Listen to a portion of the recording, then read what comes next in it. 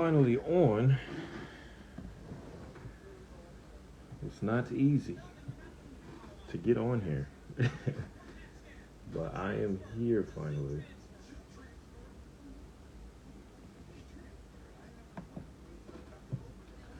We'll go ahead and get started in about 25 seconds.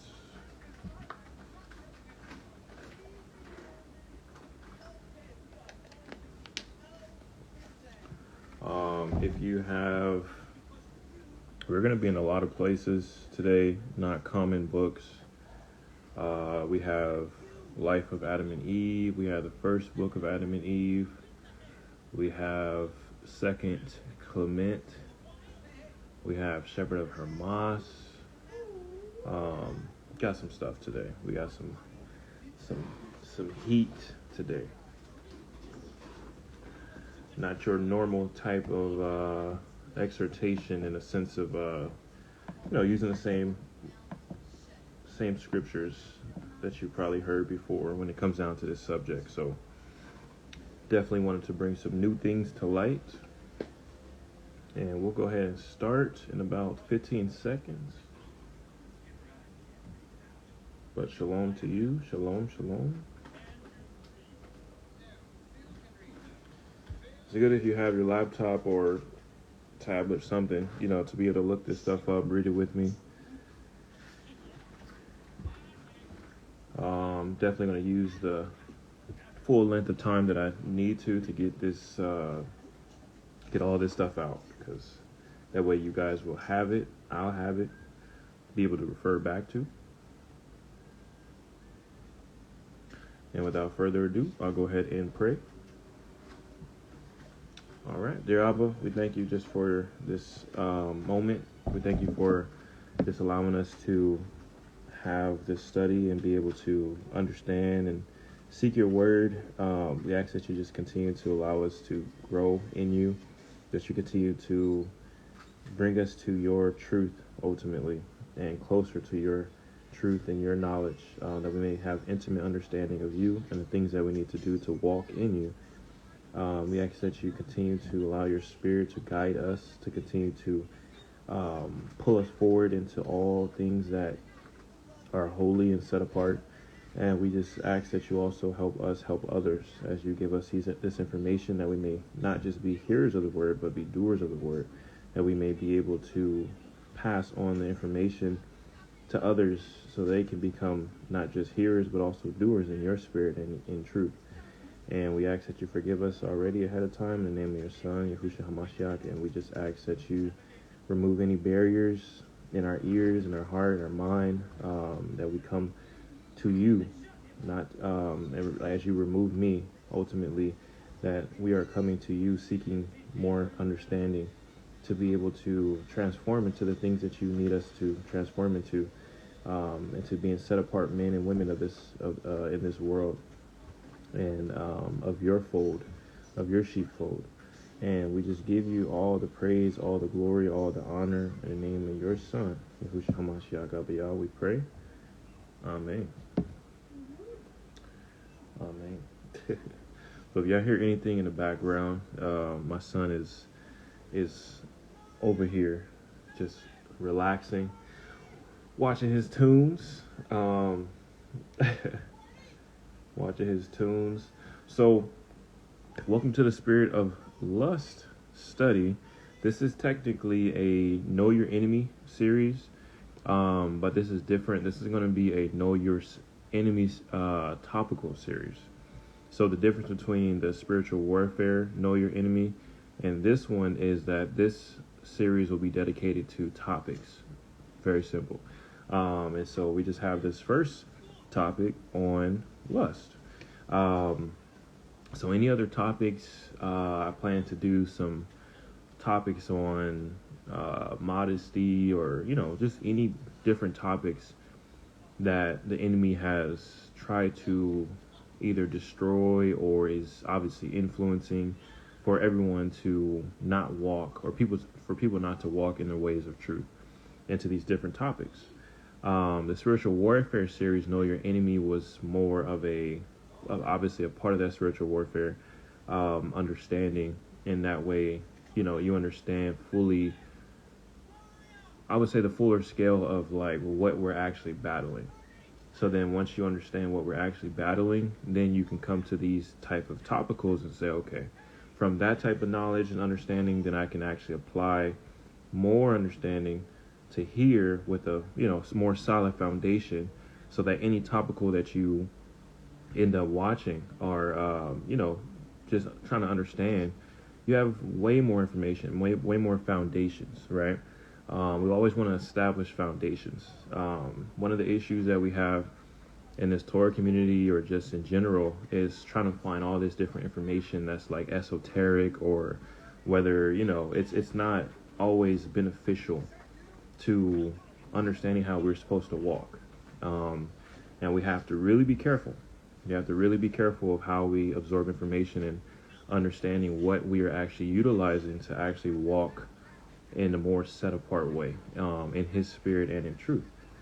So those are differences. Those are differences in the spiritual warfare series, Know Your Enemy, and then we have this new Know Your Enemy topical series. Okay, so of course, I always will put, when certain topicals or any studies that will come out, I'll put the date and the time. But as my wife is getting closer to delivery, it's gotten a lot more difficult to put studies out. So I do my due diligence, and of course I have the podcast. So I'm trying, I'm trying to balance it all out as the Most High sees fit. And but either way, you guys continue to study and do your own due diligence, right? All right. So where's our first slide at?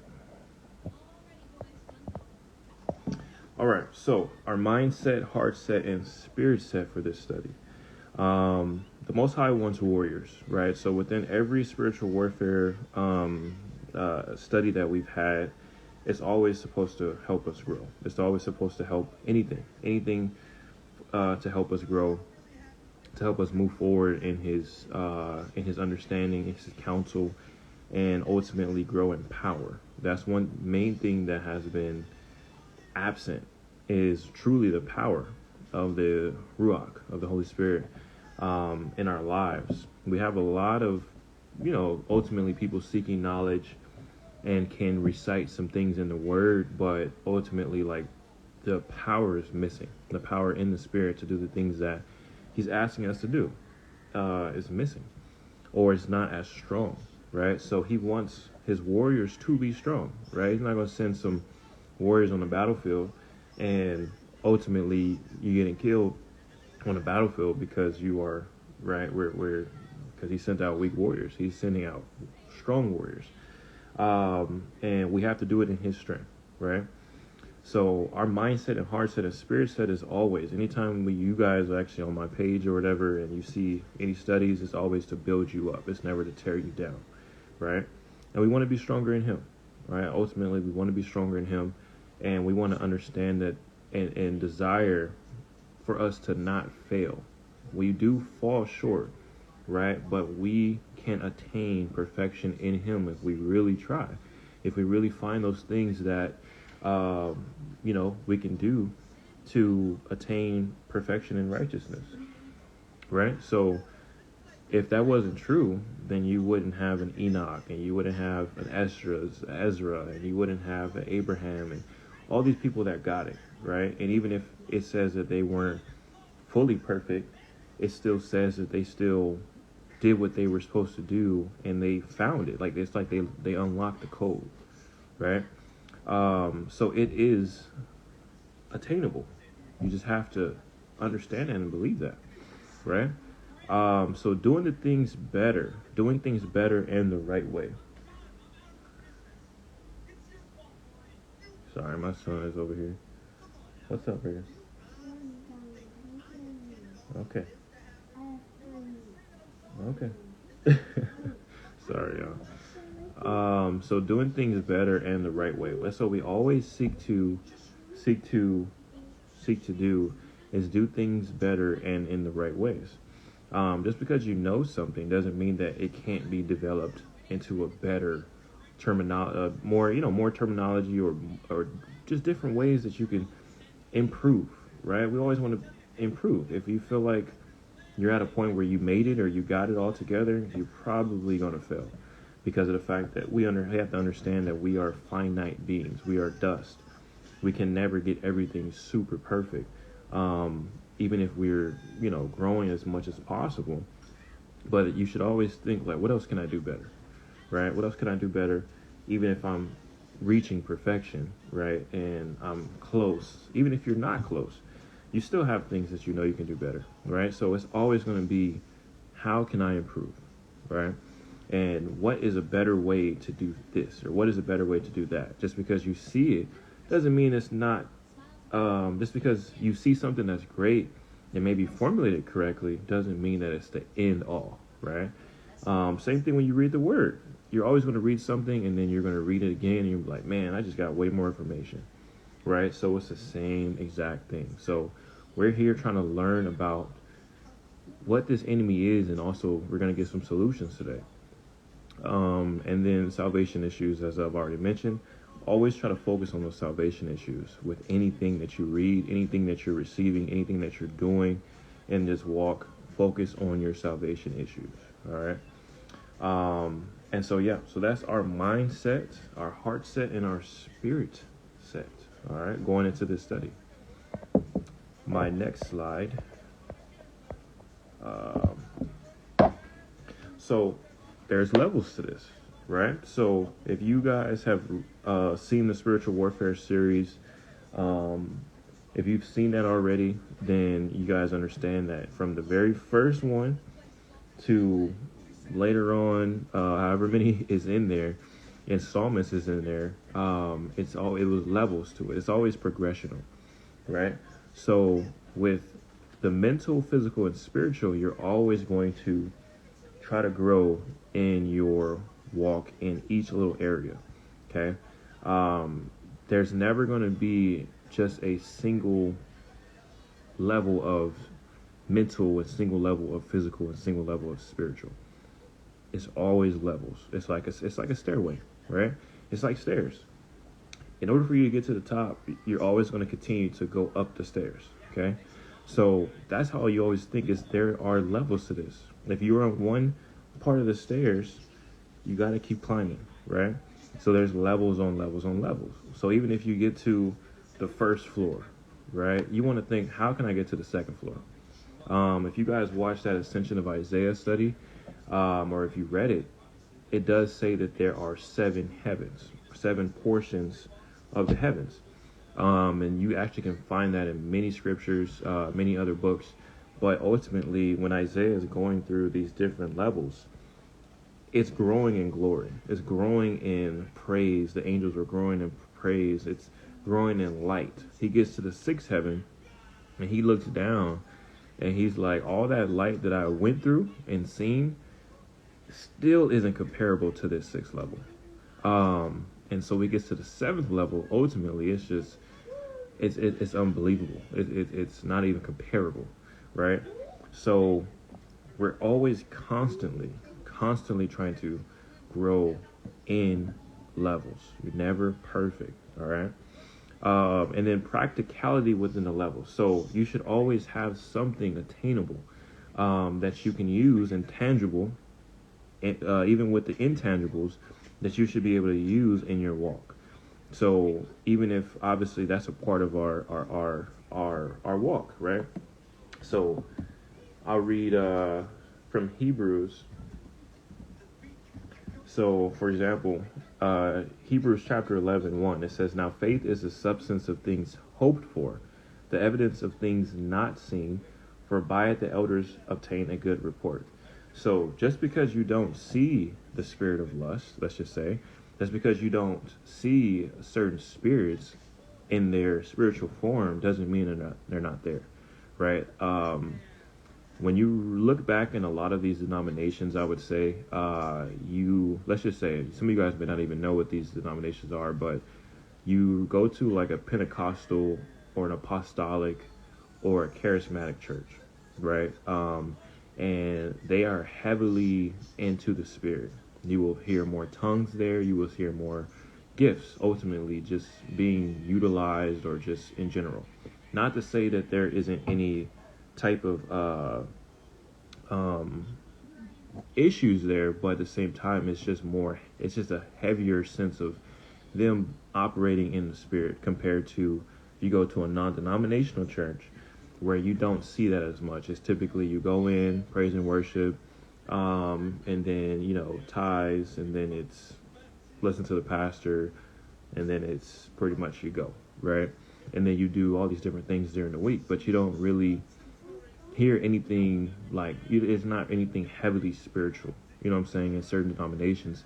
And it's kind of a wonder when you think about it, right? And so everything is always corrupt. There's nothing super perfect, but it's just very interesting when you can see something like that and you say, okay, what's going on, And ultimately, there are levels to different things. Again, not to say that apostolic and Pentecostal charismatic doesn't have its issues, but because this type of assembly is trying to walk heavily into the spirit, they know that there are greater things in the spirit than, let's just say, a non-denominational church where it's just purely just a word, right? And just even with the word, they may be able to read certain things in it, but they're not applying it and actually allowing the spirit to give them the power so they can walk in it.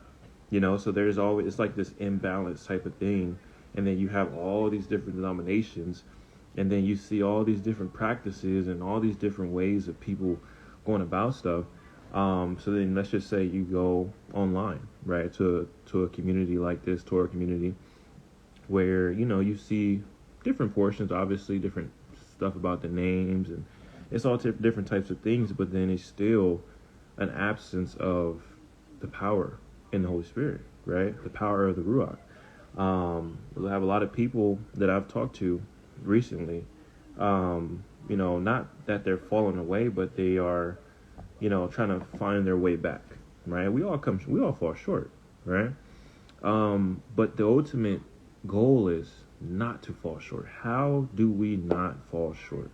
How do we stay consistent, right? So that's the very first goal that the Most High has given me, to be able to, everything derives from that, is how do we walk spiritually, in truth, in power, consistently, right? So everything on this page is dedicated to that, right?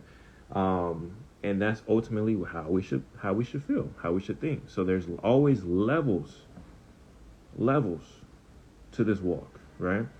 So then, of course, you get difference in perspective. So, of course, something that I may put on this page may be different from someone else and how they feel about it. But that's why you study. That's why you guys study. Be a workman. You divide this, you divide that. You take this, you take that.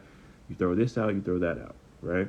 So, with this study and how it's designed is, I'm going to give you guys some understanding of the spirit of lust to establish within your mindset on being able to identify it and always have something to go back on. And then you'll have some solutions at the end. But this whole thing is going to just give you a framework, so that way in your own studies you are actually going to be able to utilize different things in it, but while adding to it. Okay, so not one time should you ever take someone's study and say it's absolutely perfect or done, ever. Okay, but this is going to be very powerful for you. Okay, very powerful, and there's going to be a lot of things in here that isn't practical or it isn't common. Okay, I'm not going to mention common things that most of you guys probably have heard, or you can actually just find by just doing a simple Google search on lust. This is going to be uncommon things that you're going to be able to add to the common things in the scriptures. Okay, and so that way you'll have multitudes of perspectives in scripture. All right, that's what you want to do regardless. Attach scripture to scripture. Okay, and not all truth is divided in fullness. So same thing, you can find hundreds of studies on lust online, hundreds, right? So what makes this different? It may not be. But what ultimately, if you're tuning in or if you're watching it, then something has attracted you here, whether it's the title or the way that the Most High is able to put these type of studies together on this page or whatever. But ultimately, hopefully at the end of it, you'll be able to use this and carry it with you and just put in your spirit, put in your heart, right?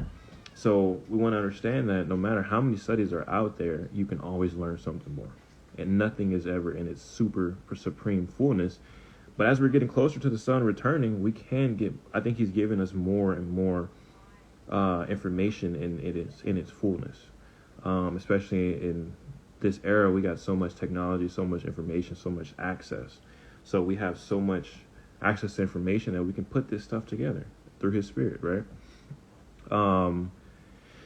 And yeah, so there's levels to this spiritual warfare. We gotta just continue to understand, even within this specific topic today, that you may have conquered a certain portion and fought against a certain portion of the spirit of lust, but a lot of you guys may feel that there's still something missing. There's still, like, you haven't defeated this spirit, okay? So we're going to talk about that, all right? So as some of y'all know, my bad, always set the foundations up as we get into it. All right, where's the next slide? All right, so identifying the problem, all right? Let's see here. So the lust definition. So I'm going to be reading some things from, I'm going to be reading some research as well. So I want you guys to make sure that you either taking notes or, like I said, you'll be able to go back and find this information for yourself. Well, let's see here. So lust, all right? So basically, there are 10 different words, okay? There are, let me see, 1, 2, 3, 4, 5, 6, 7, 8, 9, 10. So 10 different words for lust, all right? And that is between the Hebrew and the Greek, all right? And so I was supposed to take the screenshots, but you have nefesh, sharuth, tawa, shamada, awa, epithumia, hedon, epithotheo. I'm probably saying it wrong. It sounded like Spanish a little bit, but hey, that's all right. Orexis and pathos or pathos. All right. So it says the word for lust, both as verb and as a substantive, has a good and a bad meaning. It probably meant at first a strong desire, a craving, abnormal appetite, not only for physical but for spiritual satisfaction. It has come, however, to be confined in its use almost entirely to the bad sense. Some old translations are not accepted now, the word being used in connections which at present seem almost irrelevant or irreverent. So, obviously, spirit of lust, right? You think that it's negative connotation already, right? And anytime you see that, and obviously it is, right? Because we're talking about a demonic spirit of lust that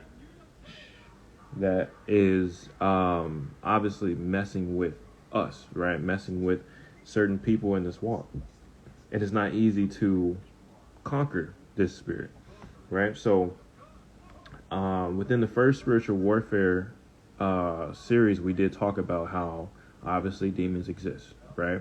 And then where obviously they come from, right? And that their whole duty as a demon is to literally never stop trying to destroy you. Never stop trying to destroy us as people of the Most High. And they also still destroy those who are not of the people of the Most High, who believe their whole entire existence is to destroy man. Okay? So demons absolutely do exist. And so anytime you hear spirit of lust or anything that's attached to evil, that's a demon of lust or demon of this or demon of that, okay? Because that's our spiritual warfare. So going back to lust, I'm going to read a few definitions from a few of these words for lust. So for example, nefesh, okay? Nefesh, and all of these are verbs, okay? Nefesh is translated desire. But it's also meaning. It's basically meaning like breathing. It's like your soul. It's your ultimately the breath of life in a sense. Let's see what else. It's saying that also in Exodus 15:9 and Psalms 78:18, it's translated as desire. So, for example, it says, "My desire shall be satisfied by asking food according to their desire." So it's a strong, but it's not a sensual sense. Okay, but it does still have to do with your soul.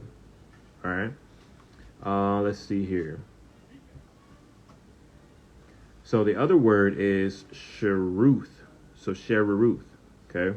And so again, you guys make sure you go research this. All you literally have to do is type in Hebrew, Greek definitions of lust. All right.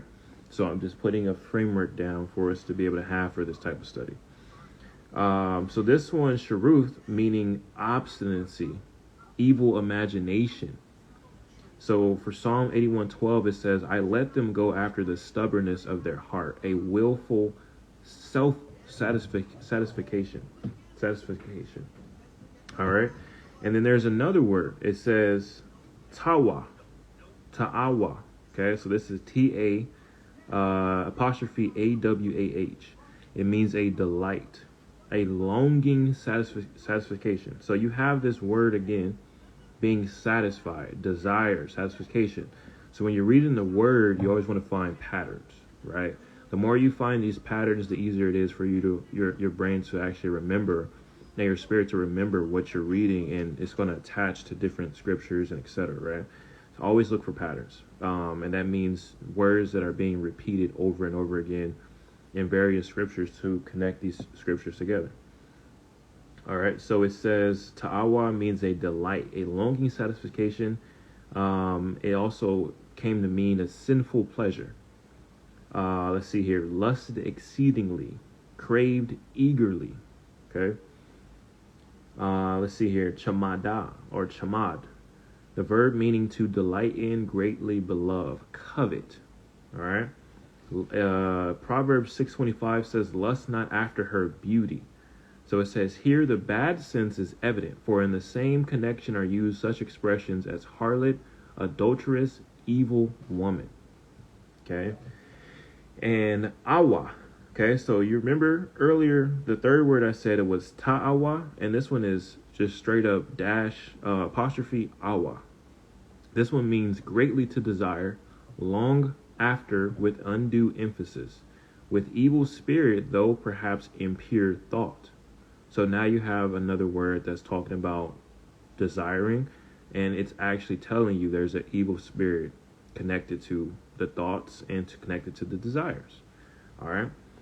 And so it's just different connections that you can draw. At least that was all Hebrew words that I read, and all the New Testament uses is saying the same exact thing: desiring, lust, evil, wicked pleasures, sensuality, crave intensely, to want in the worst sense. So every single word has a evil connotation to it. All right. So ultimately, what we can summarize for this is an act of breathing after, longing for, or coveting, desiring, absolutely needing, like your life depends on it. Passions, dwelling thoughts. Okay, so defiling thoughts? I'm sorry. So this is ultimately what you can think of when it comes down to lust in the negative sense. All right, it's like your whole body needs it, whatever it is that you're lusting after. All right. So again, within identifying the problem, obviously for someone who is not in the word, they will see something like lust and say, okay, well, if I want whatever I want in this world that's free for me to attain, there's nothing wrong with that, right? So for us, we know that there is something wrong with that, right? So there's a problem. Lust is a problem. Spirit of lust is a issue. So you have the freedom in the world versus freedom in the Father through the Son, in the Spirit, flowing with truth. right? So that means that the people, like it says somewhere in Corinthians, that the natural man can't understand the spiritual things, right? So the things that we understand that we need to abstain from and that we can't indulge in, we understand that that's still freedom. It's not a bondage. Even if it is a bondage where we know, hey, we can't do this or we can't do that, it's not supposed to feel like our body is supposed to loathe it. So, for example, it says that for the Shabbat, right? Don't loathe the Shabbat. Don't think like, oh, well, here comes the Shabbat and I can't buy, I can't sell, I can't do this, I can't do that. Rules that are attached to it. It's saying don't let your body feel that. Don't sit there and think like, dang, I can't do it. Because then you're making it seem like it's just another day. You're loathing it. Like you're not looking forward to it, right? You should absolutely be looking forward to it, to that rest, right? So same thing, anything in the word that gives us his instructions, we want to actually make sure we're attached fully to it, and actually truly love it. And we feel free in him. Like we love that we're set apart. We love that we don't have to do what the world does, right? So that's the difference between with this problem is that within the spirit of lust that we're going to go into and dive into and understand, we're wanting to understand how to be free in the Father and the Son in his spirit, to be able to not be in bondage with this spirit. You know what I'm saying? Some are, some aren't. Okay. But ultimately, even if you aren't in bondage with this spirit, you know someone who is. This is not a uncommon topic. Lust is a very heavy topic. Many of you guys have let me know, this is definitely something that has been bothering you for a while. And so I just pray that the Most High allows whatever is going to be coming out today to be a great help. And so again, identifying the problem, there are rules against lust that we need to make sure that we are putting within us, that we not just exactly loathe it, right? We don't want to loathe it. We want to actually make sure we're actually doing what we're supposed to do, right? And actually loving that there are rules, right? Being disciplined as warriors in him, okay? So the types of lust, 1 John 2:16 says, all that is in the world is the lust of the flesh, the lust of the eyes, and the pride of life, right? So what are some examples of the lust of flesh? We have gluttony, we have sexual desires, unrighteous passions.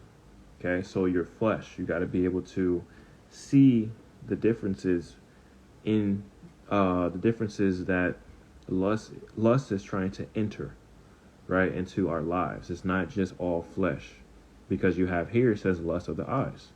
So that can include the pursuit of glory, right? So I always think of, back in the day, the gladiator days, where they want glory. They want to make sure that they're heard, make sure that anything that they've done in battle is glorified, something of that nature, right? So the lust of the eyes, the pursuit of glory, like destroying someone else's home or destroying someone else's tribe or something of that nature, or just in general, you're seeking, you're seeing someone else who has glory, but then you are wanting to at the same time to obtain that glory also. Like you want to be honored like this person, even if this person also may be evil, right? Jealousy could be lust of the eyes, envy, idolatry, image worship, okay? And then also you have the pride of life. So you have vainglory, being a narcissistic, self-righteous, entitled. So these are different types of lust. It's not just the sexual portion, but that's typically where a lot of people are falling short over so many years, obviously over so many centuries, ages. The lust is one of the biggest things ever that we have to deal with, that is conquerable. But these other portions of lust we do deal with, and we don't always connect it to the sexual portion, because obviously it's going to look different, it's going to be different. But these spirits, they all connect. They all live together. They work together. So you're going to have different spirits within the main spirit. Okay. So that's identifying the problem. That's why lust is an issue. And like I said, it's just a framework for you guys to go off of. It's not everything, but that's just an easy way to say this is why lust is a problem, because of X, Y, and Z. All right. And then you said, sounds like the mark of the beast. Absolutely. Absolutely. Because it has to enter you. Right. So we're going to go over some things, some principles on that for sure. But that is a very good, connection. Absolutely. All right. So our next portion is foundational identifications and associations of lust. So what does this mean? So let's just say every time I did a study, I put an orange right here, right? You would associate that orange with my studies more than likely, and you would expect me to have an orange in my study every single time, because of the fact that that's what you've seen, you identified it, and you associate it with the studies that I do on live or something, right? So it's the same thing with lust. We should be able to have foundational connections that we can draw every single time that just come up right off the back. Anytime you talk about lust, anytime you think about, the spirit of lust, whether somebody else is talking to you about it or if it comes up to you in your own mind, or if it's, you're fighting against it, you should always be able to draw back to the word and say, okay, yeah, I know where to go. I know where to go to find this. All right. So that's what this means. Foundational identifications and associations of lust. And so I'm going to give us, we got some good ones. We got some really, really, really good ones that you guys will always remember forevermore if you don't already have it. All right. So the first one, Eve, should be the first, right? So with Eve, in Genesis chapter 3, obviously it's very vague in what she did, right? And as far as succumbing to the way that the enemy beguiled her, right, and tempted her, and that she gave in to the lust, right? So I want to present some deeper understanding on that, so that way we're always able to draw back to understanding what happened with Eve. All right.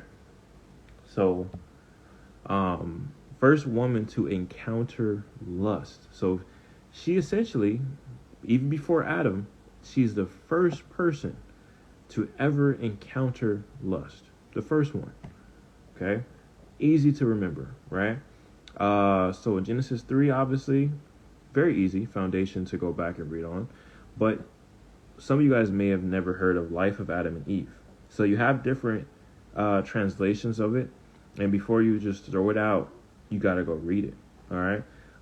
So I'm making a case for you that it's definitely an interesting read.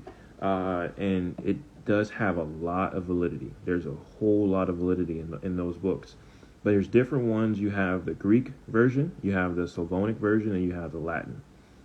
Okay. The Slavonic version, and this is Life of Adam and Eve, and then I should have put, there's also the first book of Adam and Eve, 1 and 2. Okay. So it's a little bit different.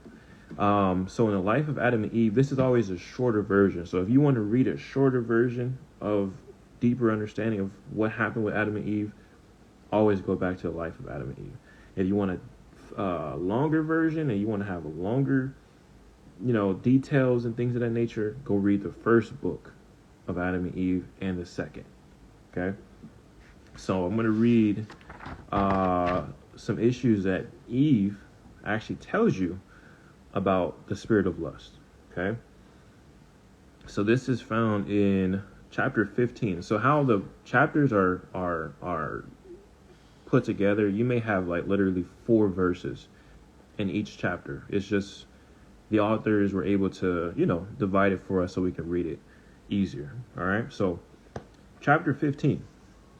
It says, Then Eve says to them, Hear, all my children and children's children, I will relate to you how the enemy deceived us.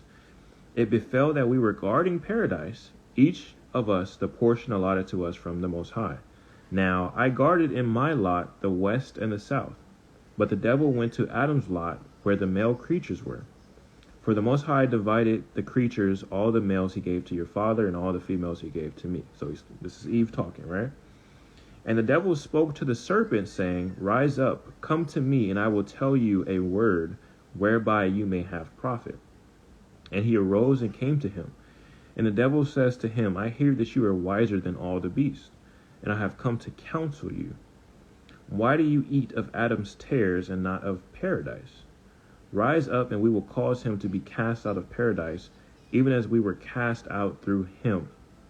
The serpent says to him, I fear lest the Most High will be angry with me.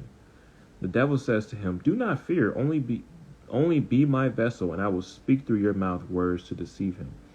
So what you're already hearing is, just like in Genesis chapter 3, you hear it's just Satan straight off the back and Eve, right? But you actually get this detail, and you go to Enoch and you see that there was, obviously, you see that there's a serpent. But you see here in Enoch also, I forgot what chapter, but you see here that Satan is actually utilizing, he's puppeteering the serpent to beguile Eve, okay? So it's not that he's not there, but he's puppeteering. Serpent is a puppet for him. In Enoch, it also does mention a different spirit, fallen angel, I think by the name of Gadriel. And there's some connections with what Gadriel taught men, including abortion. That's very interesting. It's super, super interesting. But it's something to connect, okay? Chapter 17. So this is Eve still talking, all right? It says, And instantly he hung himself from the wall of paradise. And when the messengers ascended to worship the Most High, then Satan appeared in the form of a messenger and sang hymns like the messengers. And I bent over the wall and saw him like a messenger. But he says to me, Are you Eve? And I said to him, I am. He said, What are you doing in paradise? And I said to him, The Most High set us to guard and to eat of it. The Satan answered through the mouth of the serpent, You do well, but you do not eat of every plant. And I said, Yes, we eat of all, save one only, which is in the midst of paradise, concerning which the Most High charged us not to eat of it. He said to us, On the day on which you eat of it, you will die the death. Then the serpent says to me, May the Most High live, but I am grieved on your account, for I would not have you ignorant. But arise, come here, listen to me, and eat and mind the value of that tree. But I said to him, I fear lest the Most High be angry with me, as he told us. And he says to me, Do not fear, for as soon as you eat of it, you too will be as him. And in that you will know good and evil. But the Most High perceived this, that you would be like him. So he envied you and said, You will not eat of it. No, give heed to the plant, and you will see its great glory. So Eve is now saying, Yet I feared to take of the fruit. And he says to me, Come here, I will give it to you. Follow me. So it says, And I opened to him. Notice these key words, these different things that Eve is doing with this interaction with this enemy, with this spirit. She's talking to him. She's understand. She's having a whole discourse with him. And now she's opening to him. Okay? And it says, I opened to him, and he walked a little way, and then turned and said to me, I have changed my mind. I will not give you to eat until you swear to me to give also to your husband. And I said, What sort of oath will I swear to you? Yet what I know I say to you, by the throne of the master, and by the cherubim and the tree of life, I will also give to my husband to eat. And when he received that oath from me, he went and poured on the fruit the poison of his wickedness, which is lust. the root and beginning of every sin, and he bent the branch on the earth, and I took of the fruit, and I ate. So again, he went and poured on the fruit the poison of his wickedness, which is lust. All right? The root of the beginning of every sin. Tells you right there, right off the bat. So chapter 20, it says that in that very hour my eyes were open, and immediately I knew that I was bare of the righteousness with which I had been clothed on, and I wept, and I said to him, why have you done this to me, and that you have deprived me of the glory which I was clothed?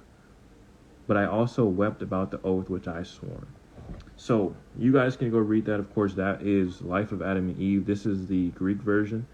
There's a Latin version and a Slavonic version. And then, of course, like I mentioned earlier, there's a first book of Adam and Eve. These are the longer scriptures, longer chapters. Though that has 2 volumes. All right. So ultimately, what are we seeing? Right. So the word enmity. So you notice that in Genesis chapter 3, the curse that was given to Eve, it says that there will be enmity between Eve's seed and the serpent's seed. Now, in the Targum Jonathan, I don't read that often because it's not perfect. It has some things in it that I don't agree with. But I always, if I ever refer to Targum Jonathan for Genesis chapter 3, that's the only one. It's maybe like another chapter. But it says that enmity was that if Eve's seed followed the Most High's commandments, etc., then they would wound the serpent's head. But if not, the serpent would wound the heel, right? And that there would be a remedy for the ones that are wounded or whatever it may be, that ultimately it would be Mashiach. It would be the Son of the Father. Okay? So when it comes down to Abba, okay, Abba means enmity. This fully means hostility, hatred. Okay? So you notice that the serpent went straight to, the enemy, Satan, went straight to the serpent, gave him all these details of like, hey, why are you eating this?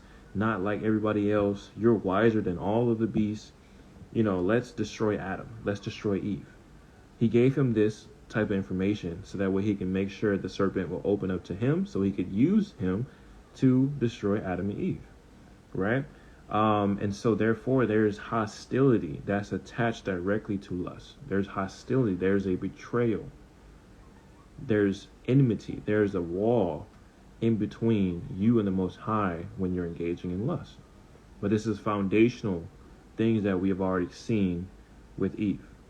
All right, the first person to be attacked by technically the spirit of lust. All right, and so I put a quick summary there. Eve did not rebuke Satan after he twisted the truth.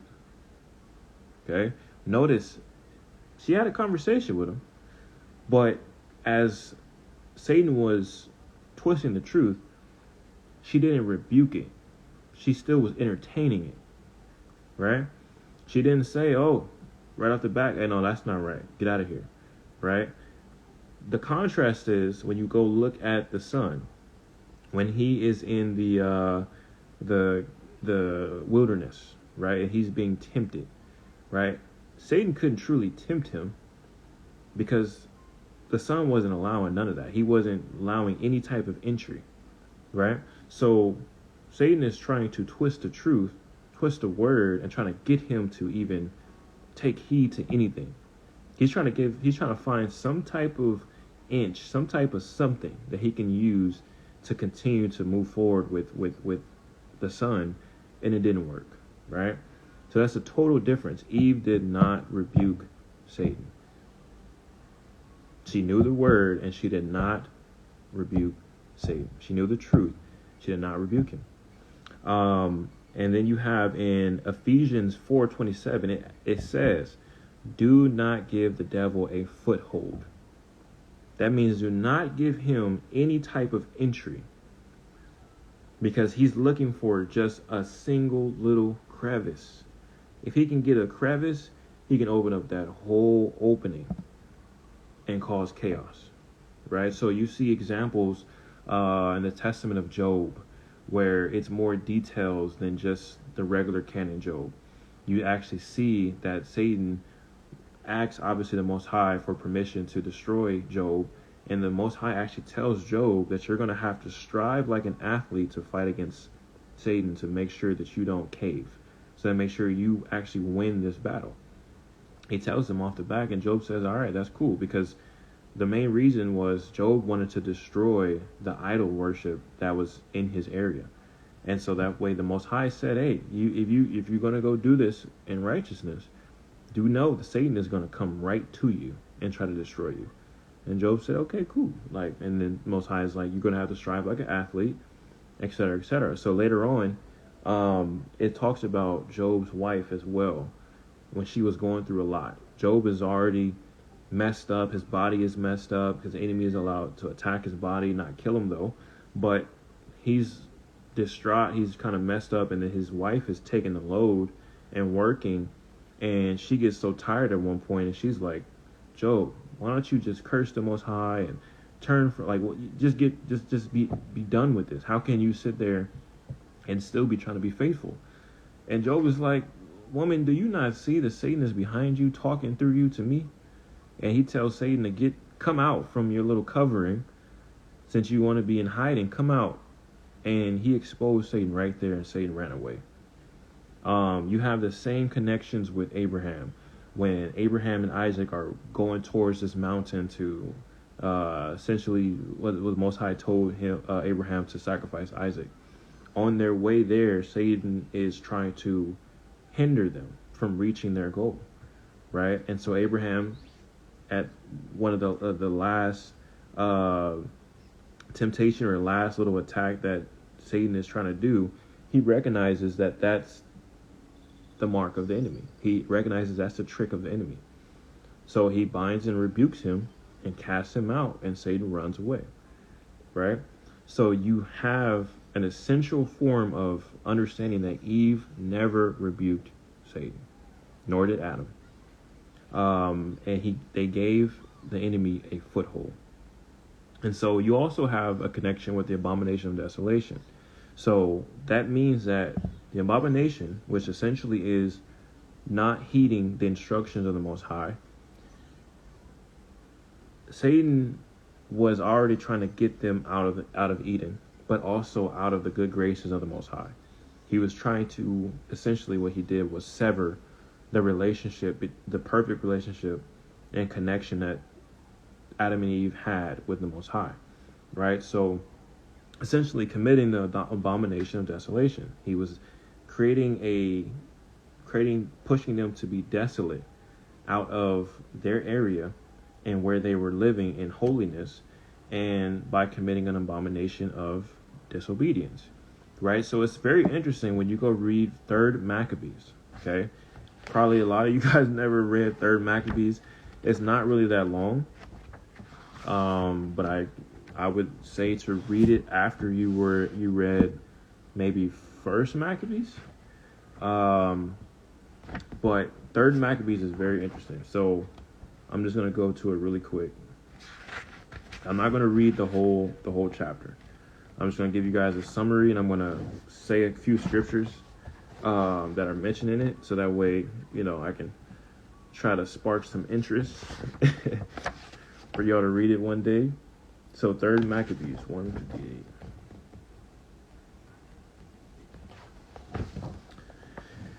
All right, so it says here that basically this guy was trying to enter into the temple.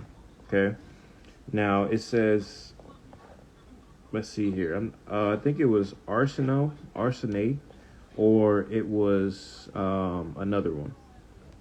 But it basically says that in verse 12, it says, "Then they read the law to him, but he persisted in obtruding himself, exclaiming that he should be allowed into the temple, and saying, be it that they were deprived of this honor, I should not be."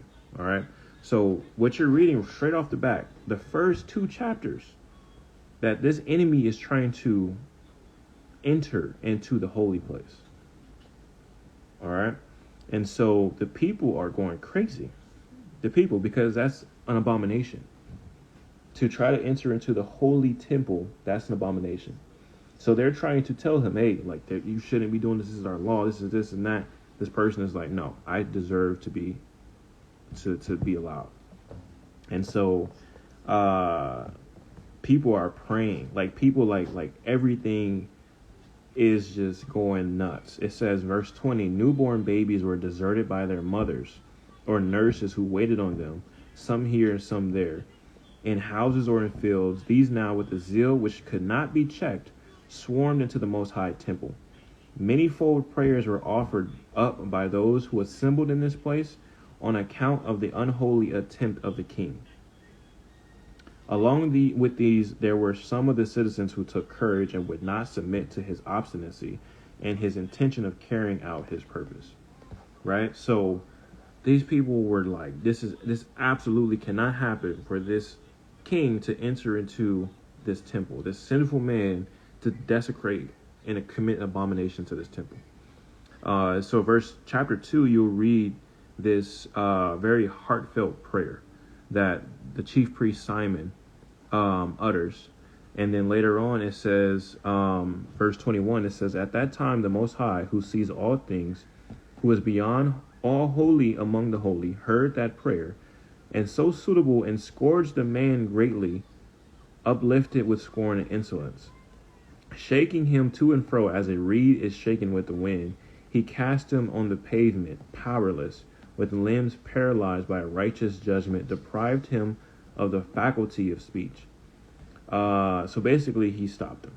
Okay, but this dude still didn't stop. So you guys can read, the rest of the chapters, right? But you easily connect with how Satan was able to essentially just come right in, say a few things to Eve, and Eve didn't even put up a fight. Adam didn't put up a fight.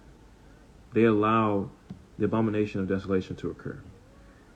Right? So, again, we're just going through things that we should be able to remember. For some of you guys that may have jumped in recently, we are going over foundational identifications and associations of lust. So I'm going to give us like 6 or 7 things that we should always have in our tools to be able to say, okay, yeah, I can always go back to relearn this or add onto this.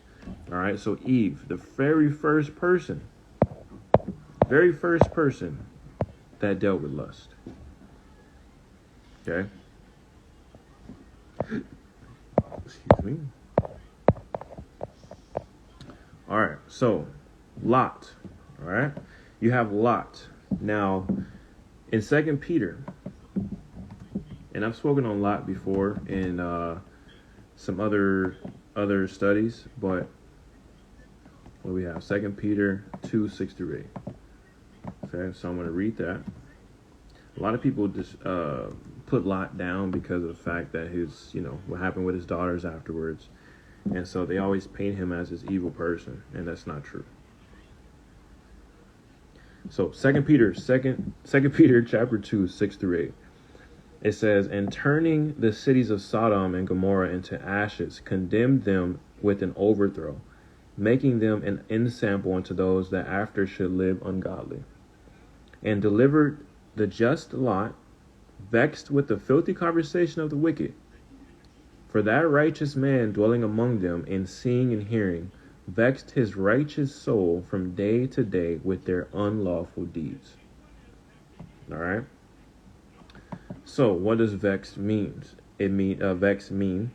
It means to shake, toss in carrying, afflicted, troubled, distressed, disturbed, irritate. All right. So you guys remember just basic information that Abraham and Lot, like they were like, let's just say at 2 crossroads. After Abraham saved Lot, and then later on down the line, they have to go separate because they have too much together, and the Most High is already, separating Abraham. And so Abraham gives Lot the choice, like, where do you want to go? So Lot sees the land on his, I guess it may have been left or right, but he sees the land, and it's, it's looking nice. It's looking like, imagine you see like a glorious city, all green, all nice, and trees and things like that. And then on Abraham's side, it's like desolate. It doesn't look favorable, right? So of course Lot chooses that. He's like, oh yeah, I'm gonna go that way. I'm gonna go where the good stuff is. So he goes towards Sodom and Gomorrah, right? And you could read more about Sodom and Gomorrah in the book of Jasher, where that city, man, was the stuff that was going on in that city was nuts. I mean, it's bad. I don't remember exactly what chapter, but it was crazy. Like, you enter into that city, you're done for, basically. Like, they're gonna do some stuff to you, especially if you're a visitor. But that's Sodom and Gomorrah. They're always associated with homosexuality, things like that. So obviously we know that they got destroyed. So if you also look up on Google or even on YouTube, that city, they actually found in like the old buildings or just in different areas, the sulfur. They actually found like rocks like sulfur packed rocks that connect to literally the Most High showering fire and sulfur down on this city and ultimately destroying it. So they still found that evidence in that city, which is crazy. But Lot was vexed. So he's a righteous man dwelling among unlawful people, and day after day he is vexed, right? So that means that 1 Thessalonians chapter 5, 19 through 22, it mentions that do not quench the spirit. And it mentions abstain from every form of evil, right? So you guys know living in this whole world is Babylon, right? So we're going to see things on TV where it's disturbing. Things that happen in the news or whatever it may be, it's going to vex you sometimes, especially if you watch it often. If you watch something negative every single day, and you're trying to live righteous, what do you think that's going to do? That's going to quench your spirit in some type of way, or it's going to, have an effect on you. It's going to make you feel some type of negative way about something, no matter how much righteousness you're trying to pursue, is going to make you feel some type of way. Riley mentioned even commercials, and that's very true, right? So these things, I mean, you see how fast commercials happen. You can watch about 10 commercials before you get back to your sports event. Right, so it's little things that they are obviously going to do, and you see these things, and it's growing in iniquity. That's as the sun is returning, it's going to get worse. It's going to get worse. So it's not even the fact that you even have to watch TV. You can go outside and see something, and you're vexed because it just may be your area, it might be your environment, right? And it doesn't mean that you're going to be forever vexed, but it's just this word you guys have to remember, because it's very looked over. And it's a one of a kind word. You don't hear vex, and it sounds like a witch type of thing, but it is connected in that regard too. But ultimately, Lot was vexed as a righteous man living in a terrible environment. He was vexed because of the unlawful deeds. All right, and so again, going back to the environment, I'll talk about my sleep paralysis. I've talked about it before in certain studies, but the only time I ever experienced sleep paralysis, I was at my first college, and of course, the dorms, when you're living in the dorms, you got other roommates and things like that, right? So typically there's 2 roommates to a dorm or to a room, and I had some friends, and of course, when you're in college, you're doing all types of stuff that you want to do. So obviously related to this topic, you have the spirit of lust. So, anybody could have their girlfriends or boyfriends over and do what they do, right? So this is it's a co-ed dorm building, but you're in rooms with obviously your same, males, females. So of course that was a lot going on in my dorm, and I wasn't, my wife that is now, she was my girlfriend obviously at the time, and She's the only one I've ever been with. So she's like, I have never slept with anybody else. Will never, because this is my wife, right? But even still, we wanted to wait till marriage, but we didn't get to do that. But I thank the Most High that we still, stay together, and we are our only ones. But did that make it right? That even still, we were partaking in things that marriage is supposed to, married couples are supposed to engage in. That doesn't make it right, right? So not only within our own sins, but the other sins that my roommates had, you have all these spirits walking around in your dorm. So one night, I'm sleeping, and then I have this sleep paralysis dream. Like, I'm in my bed, and it's dark in the room, and I see the door facing, like down there by my feet, and it's a light under the door, and so I can't move, and so this demon is laughing, but I can feel this hand over my mouth, and the demon is just laughing, and I'm just like, So this is before I even knew any Hebrew names for Jesus. And I'm not going to even go into all that, because, people will sit there and be like, well, there's no power in Jesus' name. And I get it. But we're just going to bypass that. So I only knew Jesus. And obviously, I've been walking with the Most High since I was a kid. But you grow, you learn more. So I'm like, the only word I know to say is Jesus. But I can't say it, because the demon has his hand over my mouth. So I'm like, so this demon is laughing. So I'm trying hard. And I finally say it after like 9 attempts. I'm like, Jesus. And then the demon, I kid you not, is like, ha ha ha ha, ha, and completely stops. So I think the end of the dream, I finally get up, and it's probably like 2:30 in the morning. I did not sleep till I saw light coming out of my window, because I am super disturbed. I didn't go back to sleep. There's no way. And I could feel it. I can feel, if any of you guys ever had sleep paralysis, and I hope you never do, but the feeling that you have afterward, you are so disturbed. You are ridiculously disturbed. Like, your body, you feel this tension. It's crazy, and it's along this, obviously, the same lines. If you have a bad dream, you feel that, right? But that's spirit. That's a spirit. Those are spirits, evil spirits.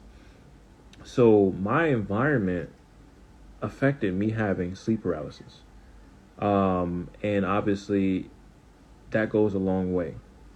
When you become vexed, even if you're trying to live righteously, and then even in yourself, you trying to live righteously, but you're not totally making sure that you don't engage in certain activities. It doesn't work like that. Like, you have to choose to live set apart, or you don't. The enemy is always going to give you some type of option of a way out, and be like, oh, well, you can kind of do this and still do that. Absolutely not. Your environment will start bringing in these spirits, right? So we see that with Lot. He was vexed as a righteous man, and because of the things that were around him, it was just bothering him. It was irritating his spirit. And that's something, a foundation to always keep when it comes down to the spirit of lust, right? And you also see later on in that chapter how the men were banging on his door, trying to sleep with the angels who actually came in. It's all types of stuff. But you just keep this, at least, to be able to always go back to when it comes down to the spirit of lust. All right, let me get some coffee real quick. All right, so adultery and fornication. And you guys know, like, we don't sugarcoat a lot of stuff on here at all. We don't sugarcoat at all. We want to get to the meat of everything. So I'm going to read a little bit on adultery, on fornication more so. Adultery is pretty simple in its definition. It's simply your sexual relations outside of marriage. So now when you go research this, of course, you'll find a lot of research that says it was more so applied to the woman as her being a harlot and a prostitute. It wasn't always applied to men. Still, essentially, you do have things that are still connected, adultery for men. And then, of course, you'll have a lot of people who will sit there and say that polygamy is okay. Please beware of those people, okay? Because they're still not dividing the word correctly. They may have good intentions, but they're not dividing it correctly. One of the best scripture connections that I've read on polygamy happens to be, I forgot his account, but it's like Chosen Hebrew, something like that. But he has a story highlight on polygamy. And there's a lot of scriptures that easily show you that it's literally supposed to be one man, one woman, together, one flesh. It don't need to be extras. But adultery is simply sexual relations outside of marriage, okay? Fornication is a very, very interesting study for you guys to look into. But I'm going to read some details from, this one is from Yahweh's Restoration Ministry. So if you ever need any links to any research that I have, that I put on these studies, you can always ask me. I can't really put the links in the study because of the fact you can't even click on it.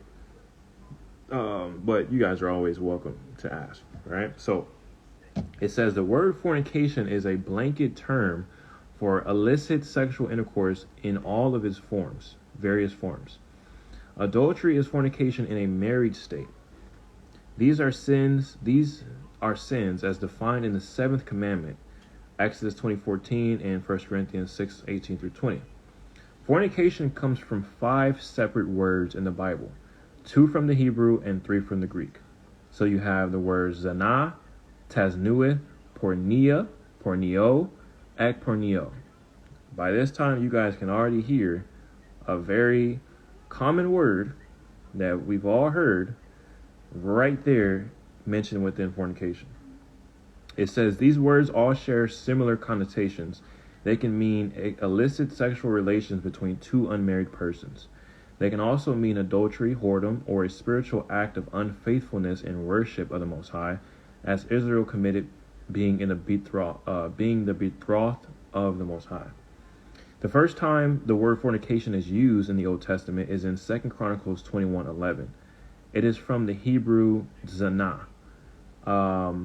It's number 2181 in Strong's exhaustive concordance. And it usually refers to prostitution. Okay, so fornication and prostitution directly connected. It is also defined in Strong's as to commit adultery. It's usually of the female and less often of simple fornication, rarely of involuntary ravishment. Zana is used most frequently to signify spiritual prostitution or idolatry in worship. Okay, and I'll read a few more. It says that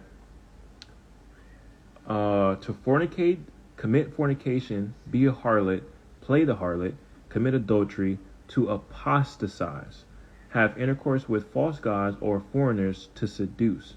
The main idea is to commit illicit sexual intercourse, particularly with women. However, the strong image is used in a figurative sense to describe illegal contact between Israel and other nations and their gods.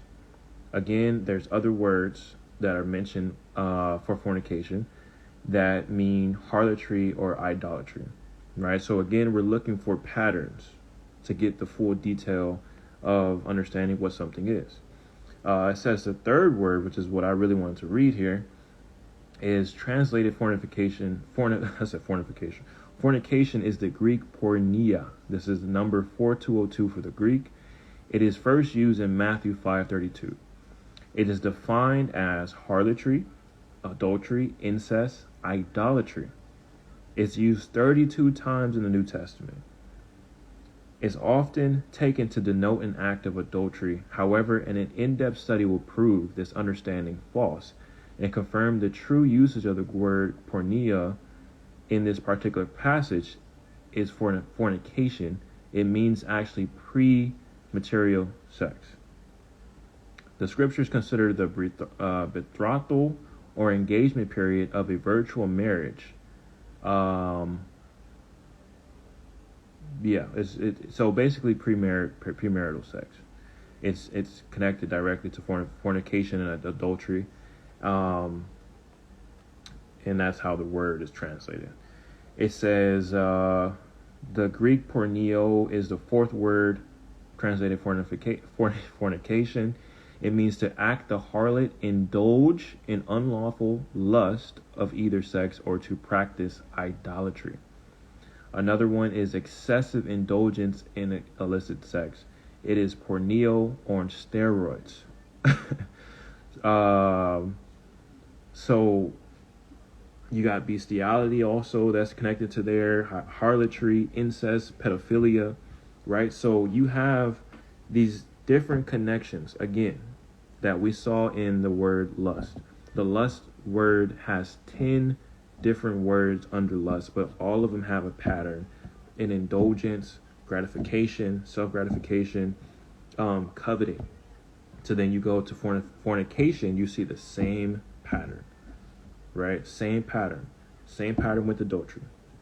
Okay, so this is something to always note. It always is going to involve an indulgence, a coveting. You always want this, lust, obviously connected to sexual things, pornea. You guys understand porn. That's been the word always since, it's been here for so long. It's been here so long. And it's crazy right off the bat. That's the easiest word to easily relate to. Everybody knows what that is. And you see how much is out there and what it actually does and what's within it and all of that. It's the perfect symbolism and imagery of fornication, adultery, everything. And that's what they want you to indulge in. Crazy. So again, this is another foundation to always relate to what the spirit of lust is. Okay. So moving on, masturbation and hedonism. Okay. So by definition, yes, we're covering all of this. Why not? Masturbation, by definition, is manual stimulation.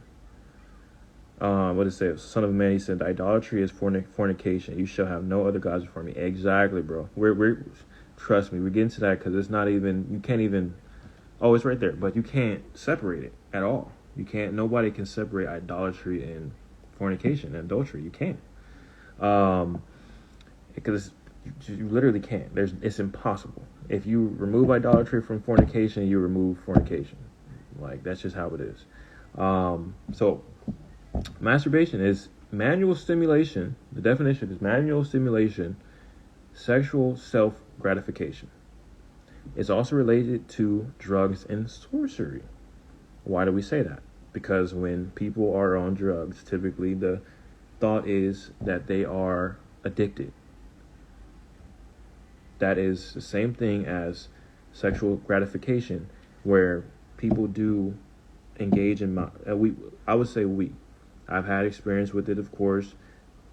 Typically most people have experience with it. But it's pushed on you as a self-gratification. And within the same essence of people who take drugs and are addicted to it, you want to do it over and over again because there's some type of lust that is accompanied with it. It's a coveting, it's a pull to make you keep going over and over and do it over and over again to experience that same high, to experience that same feel. The goal of masturbation is what? To experience that last portion of what they call an orgasm, right? So that's the point of you constantly doing that. That's the whole point. So it's directly connected to drugs and sorcery. Unfortunately, people like the church or the shepherds of the churches or whatever, they don't talk about a lot of this stuff because, it's explicit. It's not explicit. It's what's in the word. So perfect as the Son of Man my guy here was talking about idolatry, it's directly related to idolatry, worshiping something as a god. So we've already literally covered fornication and adultery as something to make sure you always have as a foundation to remember when you think about the spirit of lust. You literally have idolatry. So we just saw the word porneia, and there was like 3 different words with the word porn in it. So if you think about people engaging into porn and you connect it with masturbation, what are they doing? They're worshiping what they see on this TV or on whatever they're using to watch. Even when it comes down to music, I was talking to my wife the other day. I was like asking her, I was like, so if someone like I forgot how I worded it, but basically when you listen to music that has sexual things within it, and let's just say obviously that's a stimulant to do sexual things, right? So it's the same connection in the whole idolatry, and you're using a stimulant to push you into an activity of lust to engage into that action to perform what you're basically hearing. And even if you're married, if we're people of the Most High, we do have to think, like, is that something? Do I need to be listening to Chris Brown or Trey Songz or whatever is a new person out here, whatever, to stimulate me into having sexual relations with my wife or my husband? Like, because this person is telling you, even they might, like, there's no, you can't find, even if some people know Robin Thicke, it doesn't matter if the person is married or whatever the case is. I don't think he's married anymore because he cheated on his wife, I think.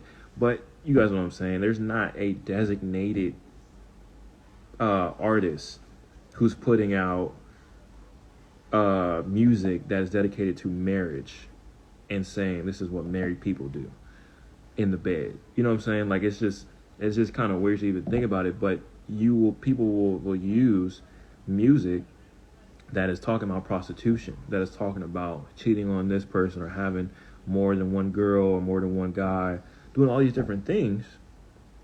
But it's a stimulant to get you to either masturbate or either have sexual relations with who you're choosing to, right? So again, that's a form of idolatry. It is.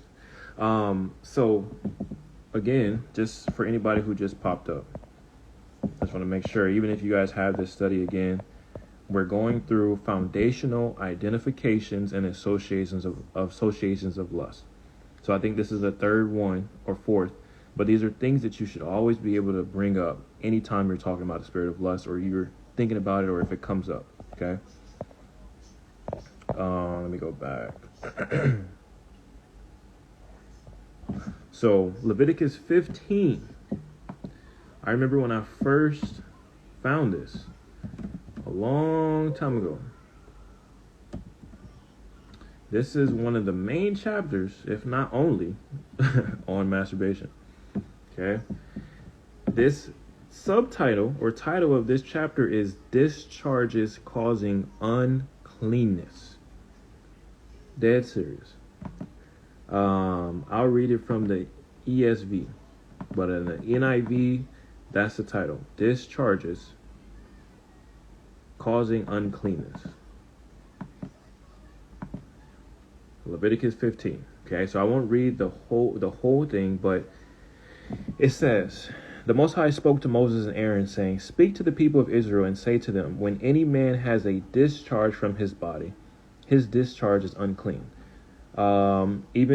And this is the law of his uncleanness for a discharge. Whether his body runs with this discharge or his body is blocked by his discharge, it is uncleanness. Every bed on which the one with the discharge lies shall be unclean, and everything on which he sits shall be unclean. And anyone who touches his bed shall wash his clothes and bathe himself in water and be unclean until the evening. And so whoever sits on anything on which the one with the discharge has sat shall wash his clothes and bathe himself in water and be unclean until the evening. And whoever touches the body of the one with this discharge shall wash his clothes and bathe himself in water and be unclean until evening. And if the one with the discharge spits on someone who is clean, then he shall wash his clothes and bathe himself in water and be unclean until the evening. It's like you're a germ. It's really what it is. But this one, in the beginning of this chapter, the discharge isn't talking about simply, semen or whatever, that's coming from genitals. It could be a discharge from a sore or some type of like disease that someone has. It's still considered unclean. Okay, so later on in this, in verse 13, it says, and when the one with the discharge is cleansed of his discharge, then he shall count for himself 7 days for his cleansing, and wash his clothes, and he shall bathe his body in fresh water, and shall be clean. And on the 8th day he shall take 2 turtle doves, etc., etc. So he still had to sacrifice. So he was essentially unclean. All right. So those are the discharges. That doesn't have to do with the discharges from genitals. But it now is talking about, in verse 16, the emission of semen. So it says, if a man has an emission of semen, he shall bathe his whole body in water and be unclean until the evening.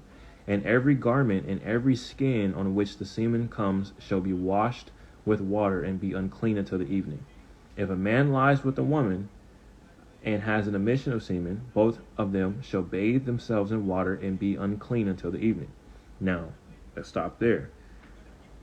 Yes, sexual intercourse between a man and a woman, even if you're married, is considered an unclean act, right? And so we're going to get into marriage later on down soon, when we get to the solutions, but it is an unclean act, right? But it is more pure, obviously, if you are married in the Most High, okay? So I'm just going to leave that there, but it's literally saying both of them shall bathe themselves in water and be unclean until evening. This is just what it says in Leviticus 15. And then it also talks about the discharge of blood. So obviously the menstrual cycle, right? Verse 19, when a woman has a discharge and the discharge in her body is blood, she shall be in her menstrual impurity for 7 days. And whoever touches her shall be unclean until the evening. And everything which she lies during her menstrual impurity shall be unclean. Everything also when she sits shall be unclean. So later on, I think in this same chapter or in another one, they actually had to go outside of the camp into like a hut and finish their menstrual cycles and then be able to come in after a certain amount of days, basically. Because these emissions of the body are unclean. They're always considered unclean. And even if you look up in different tribes, they actually have, and I was looking up African tribes some years ago, that's connected to this. They have menstrual huts. So the women who have menstruals, especially you women, know that your menstrual can actually affect another woman that you're around, and you guys can have some type of like, connective hormonal type of thing where you guys get your menstrual at the same time. But they would go into their menstrual hut and couldn't come back into the tribe until their menstrual was done. Right? So essentially going back to masturbation, Leviticus 15, that's where you find it. An emission of semen is unclean. And anything that this unclean person that had an emission of semen, whether it was even in a dream, sex dream, or an actual act, you are unclean. Anything that you touch is unclean. So imagine the disrespect that if you did that and then you go out and go like 2 hours later, you cool, you freshened up or whatever, and you see your boy and you like, hey, what's up, my boy, and you shake their hands, they're unclean now. You know what I'm saying? Like little stuff like that to really think about, like how set apart we really need to be when it's all said and done, when we're doing these things or we're not supposed to be doing these things. Okay? So very simple, Leviticus 15 about emissions and secretions from the body. So hedonism is a very interesting thing for you guys to look up to. Hedonism essentially is the pursuit of pleasure. Okay? The pursuit of pleasure, and they glorify and push sensual self-indulgence. Okay. And they want to make sure that there's also an absence of pain, because pain hurts, right? So they want everything to feel good. So everything that you do, not just sexual things, hedonism pushes the gratification of everything that you do in life. And so they, of course, the enemy presents himself as an angel of light. So when something is truly evil, the enemy has to put something that is positive, right? So it makes hedonism seem like, well, yeah, I should pursue happiness, and anything that I do, should be pleasurable unto me. It should feel good, right? But hedonism is absolutely evil because it still connects directly to your flesh, receiving something in indulgence. As we already looked up the 10 words for lust, we talked about, we just saw that there's like 6 words for fornication and within adultery, right? So all of these patterns of self-indulgence, coveting, like wanting something for your soul desiring something, like it's a must-have. That's what hedonism projects. Okay. And so we have some scriptures here. 2 Thessalonians 2. Okay. 2 Thessalonians chapter 2. And in verse 9, it says, the coming of the lawless one is by the activity of Satan with all power and false signs and wonders, and with all wicked deception for those who are perishing, because they refuse to love the truth and so be saved. Therefore the Most High sends them a strong delusion, so that they may believe what is false, in order that all be condemned who did not believe the truth, but have pleasure in unrighteousness. So when you apply this same scriptures to masturbation and hedonism, think about the idea of the porn that is projected on us to watch. So you're committing idolatry and glorifying what you see on this TV. Then you're engaging in self-gratification of what you see, the lust of the eyes and lust of the flesh and the pride of life. And then on top of that, when you actually indulge in the act, this is in the same sense of strong delusion. Because again, the spirit of lust is wanting you to come back and do it more and more and more and more. So essentially the Most High, because of your choice, right? Sirach 15 tells you the Most High does not give a license to sin. If you want to, you do not have to sin. You could follow his word. But if you also, on the opposite end, if you don't want to, you won't follow his word, right? So same thing, the Most High will give people over to these spirits because they choose to deliberately not do what they're supposed to do. So in the same sense, as wickedness continues to grow in these times, people are given over to more strong delusion. So you read Romans chapter 1, 18 through 32, I believe. It talks about giving people over to their lusts, to their unnatural desires. You see that more than ever now, right? So there's constantly being reprobate minds being built up to the point where there is no going back, especially when it gets to a certain point. Obviously, like in the DNA portion, etc., you can't go back from that. There's no reverse. It's interesting when you read First Maccabees. I think it's the first 2 chapters where you see that they were trying to do reverse circumcision in order to abide by Antiochus Epiphanes, his new change of the law, right? He was using some of the goodness of the word, but still saying, like, let's input these pagan things into the word. And so you had the ones that sold their souls to him. The men were doing reverse circumcision, because circumcision is an act of, putting yourself unto the Most High. We won't have to go into that, but essentially that's exactly what it is. It's like, it's a mark unto the Most High that you are his, essentially. So they were trying to do reverse circumcision, and that's an actual thing. It's nuts. No pun intended there, of course, but it's crazy. Okay. But that's essentially what you're doing within masturbation, is you are giving yourself over, and the Most High is giving you over to a strong delusion for you to act in what you're doing. And the spirit of lust has a hold on you. Okay? There's another scripture I've mentioned here, 2 Timothy chapter 3, 1 through 5. Okay? So this subtitle or title is called Godlessness in the Last Days. So it says, but understand this, that in the last days there will come times of difficulty, for people will be lovers of self, lovers of money, proud, arrogant, abusive, disobedient to their parents, ungrateful, unholy, heartless, unappeasable, slanderous, without self-control, brutal, not loving good, treacherous, reckless, swollen with conceit, lovers of pleasure rather than the lovers of the Most High, having the appearance of godliness, but denying its power. Avoid such people.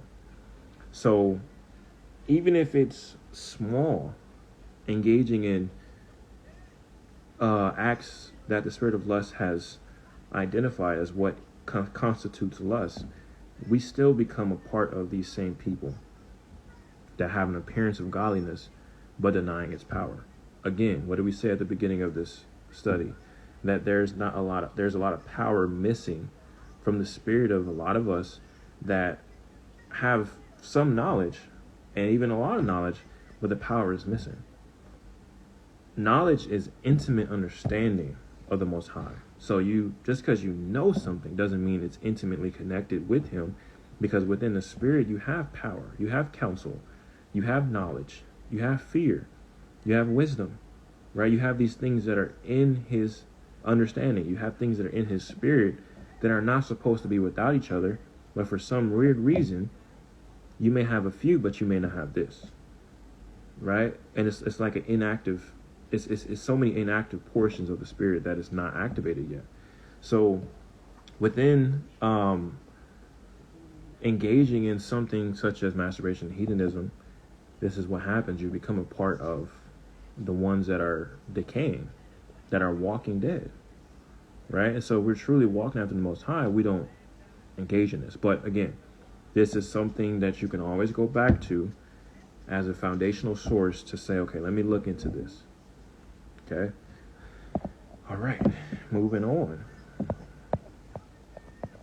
And yes, this study, we're going to make sure we take all the time we need, because there's the solutions are coming after we get through this portion.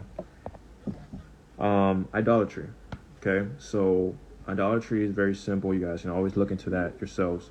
But idolatry simply is worshiping an image, like a shrine, doing things that obviously is worshiping anything other than the Most High, and giving yourself over to the images, the practices, anything of that nature. Very interesting. There's another word for idolatry, a Hebrew word called masecha or maseka. Could be saying it wrong. But it means only a mask or disguise. Okay? In biblical Hebrew, it says this word means an idol. Interestingly, most Bibles translate it as molten gods. More interesting is the fact that all of these idols are mostly no more than calves. To be more precise, young male calves. Masecha as a mask was and is still being used very commonly in the spiritual rituals of many religions. You may find them around the globe, including in North and South America. The Latin word is most identical to that of Hebrew maska. The most ancient idol mask was found in Hebron, Israel, and is assumed to be from 7000 BC. If you ever visit Israel Museum in Jerusalem, you can see it exhibited there. Masecha probably comes from the Hebrew root msch, which means to hide or a screen. The word appears only in the Old Testament. For example, they have turned aside quickly from the way which I commanded them. They have made them a molten calf and have worshipped it, and have sacrificed to it and said, these are your gods, O Israel, which have brought you out of the land of Egypt. So that's Exodus 32:8. The modern word used for either theater, movie, or computer screens is massage, which is also a derivative from masecha. So essentially what it's saying is like a mask. It's saying that idol worship or idolatry is essentially putting on you. I can say it different ways. You're either putting on the same mask as the idol to represent connectivity in who you're worshiping, or essentially just putting on a mask, representing obviously that false god, or even spiritually, you're putting on the mask, covering yourself from the Most High, and dedicating your idol worship and your worship to the idol that you're choosing, right? So that's another word that we probably haven't heard of. Mascara in Spanish. Very interesting. See? So as you start you start connecting different words and things of that nature to different portions. And it's funny because in the Testament of Reuben, because I don't think I was going to read it like that. Testament of Reuben, but I'm glad you said that. I'll read it really quick, because the adorning of a woman with her makeup and different things of that nature is very prevalent in the word. Let's see here, Testament of Reuben. Give me 1 second. So it's going to talk about women here. Let's see here. Okay, so it says in chapter 5, okay, so it says, now women, the women that are listening, this is just what the scriptures say, okay? So it's not apart from men, of course. There's always some portion you got to connect to men, but just hear it out. It says, "For women are evil, my children, and by reason of their lacking authority or power over man, they scheme treacherously how they might entice him to themselves by means of their looks. And whomever they cannot enchant by their appearance, they conquer by a stratagem. Indeed, the angel of the Most High told me and instructed me that women are more easily overcome by the spirit of promiscuity than are men. They contrive in their hearts against men, then by decking themselves out, they lead men's minds astray. By a look, they implant their poison, and finally, in the act of itself, they take them captive." Did we not just read Eve herself? So it's what do they call that? Irony. So Eve herself is tricked by the same thing that it's saying that women do. Satan did the exact same act with that says in the life of Adam and Eve. Exact same act on her. And in turn, women do the same thing. All right, give me 1 second.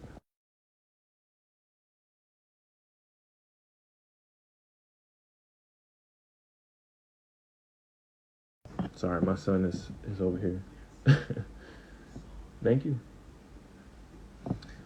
So again, let me finish reading. So it says, "For a woman is not able to coerce a man overtly, but by a heartless manner she accomplishes her villainy. Accordingly, my children, flee from sexual promiscuity, and order your wives and your daughters not to adorn their heads and their appearances so as to deceive men's sound minds. For every woman who schemes in these ways is destined for eternal punishment. For it was thus that they charmed the watchers, the fallen angels, who were before the flood. As they continued looking at the women, they were filled with desire for them and perpetrated the act in their minds. Then they were transformed into human males, and while the women were cohabiting with their husbands, they appeared to them. Since the women's minds were filled with lust for these aberrations, they gave birth to giants. For the watchers were disclosed to them as being high as the heavens."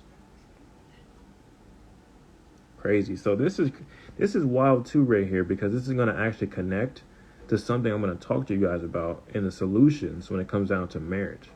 This is very interesting. So just note that it says here, one of the only places I've ever seen it, Testament of Reuben, that it says that the fallen angels transformed themselves into human males, and basically created an aberration, which is like a delusion or hallucination, in a sense, that the women were filled with their own lust and seeing something that they thought was good. And notice they were married. So you have the act of adultery and fornication right there. Nuts.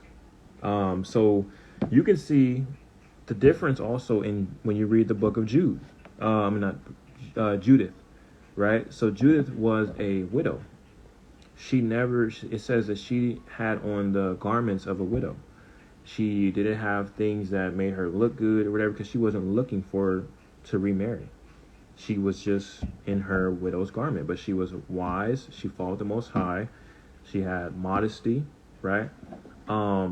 So it says, like, when she went to go do something against the enemy, basically, in order for her to get the other king comfortable around her and basically desire her, and you guys read it for yourself, because I'm just speaking on a certain portion. She did adorn herself and made herself more beautiful. Doesn't mean that she was ugly, because she was in widow's clothes. It's just the fact that she beautified herself. Proverbs 7, same thing. There was a woman who literally she had a husband. Her husband went out on a vacation, basically, or a business trip. She saw a young man in the street. Either she knew him before or she didn't, but she adorned herself. She put on some good smelling stuff, the nice clothes, all that stuff. Went out and said, hey, my husband is gone, and why don't you come in here and lay with me? And it says, like an ox goes to the slaughter, that young man, who probably was vibrant and ready to follow in the Most High's instructions, whatever, just walking along the path, that spirit of lust hits him, takes him that easily because of the adorning of the woman and because of the temptation that she puts on him, and he concedes, right? So this is Testament of Reuben is very true in what it's talking about as far as the women. But that's another, go read that for yourselves. That's something we gotta keep at the forefront. This is something normal that we should be talking about. We should not have something like this in the background, and this has to be talked about because it's so apparent. So within the idolatry, essentially the woman in adorning herself is creating herself as an idol. You notice that in the Greek gods and these Roman gods and these Egyptian gods, there's always a deity that is supposedly beautiful. I'm probably going to forget the name, but I mean, you have like Venus, goddess, Aphrodite or something like that, right? You have all these beautiful goddesses, beautiful women, even Medusa, right? She led men astray by making them look at her, right, in her eyes, and it would turn them to stone. Like little stuff like that, these demons that they've produced as idols all have very similar connections of deriving from lust, in where idolatry is brother to lust, sister to lust. Okay, so you will find in chapter 14 of the Book of Wisdom of Solomon, 14 through 16, it's talking about how this person that is constructing an idol, the delicate process that they put into creating this idol. And so when you connect that to the same thing of either you're looking for something to masturbate, or you're looking for something to spark this gratification, the sexual gratification, the spirit of lust is working to help you find something delicate for you to engage into this act that is ungodly, right? So same thing with idolatry within the Book of Wisdom. It says, if I can get to it, it's right here. So chapter 14, I'm just going to read a few verses just for the study, but obviously check it out for yourself.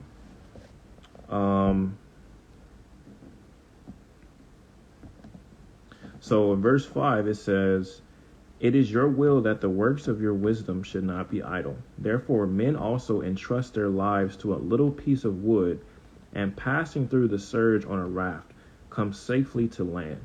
For in the old time also, when proud giants were perishing, the hope of the world taking refuge on a raft, your hand guided the seed of generations of the race of men.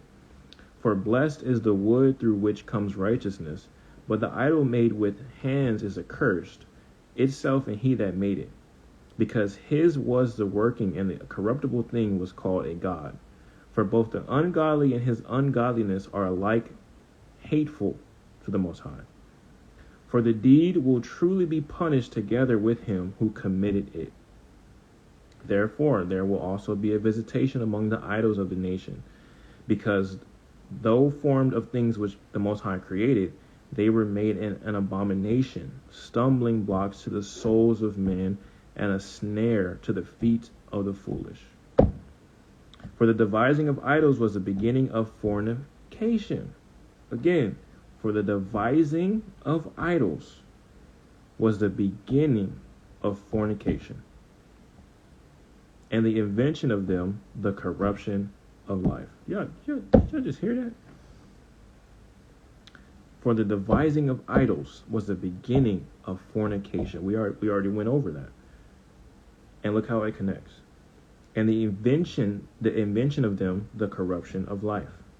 For they did not exist from the beginning, and they will not exist forever. For by the vain pride of men they entered into the world, and therefore a speedy end was planned for them. Man. And so again, Wisdom chapter 14. I'm not going to read the whole thing, but it's very interesting. 14, 15, and 16. It says it right there, y'all. Can't make this stuff up.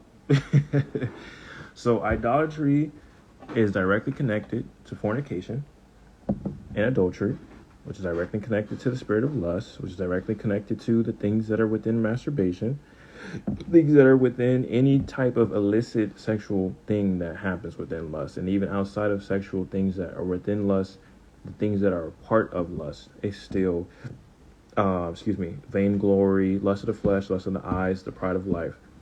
All of these things still connect to idolatry, fornication, worshiping the image, etc. Okay, so these are things we have to keep as foundations within understanding what the spirit of lust is. Also, so we got David's sin of lust. So this would be another foundation that you should always be able to go back to. David's sin of lust. That's right. So you'll see it in 2 Samuel 11, verse 2 through 3. And you'll see when he basically gazed upon Bathsheba, he committed the lust of the flesh. Pick it up. The lust of the flesh. And then after seeing Bathsheba bathing, he committed the lust of the flesh also, but it took control over his mind, right? And then David was king, so he had authority to do whatever he wanted to do.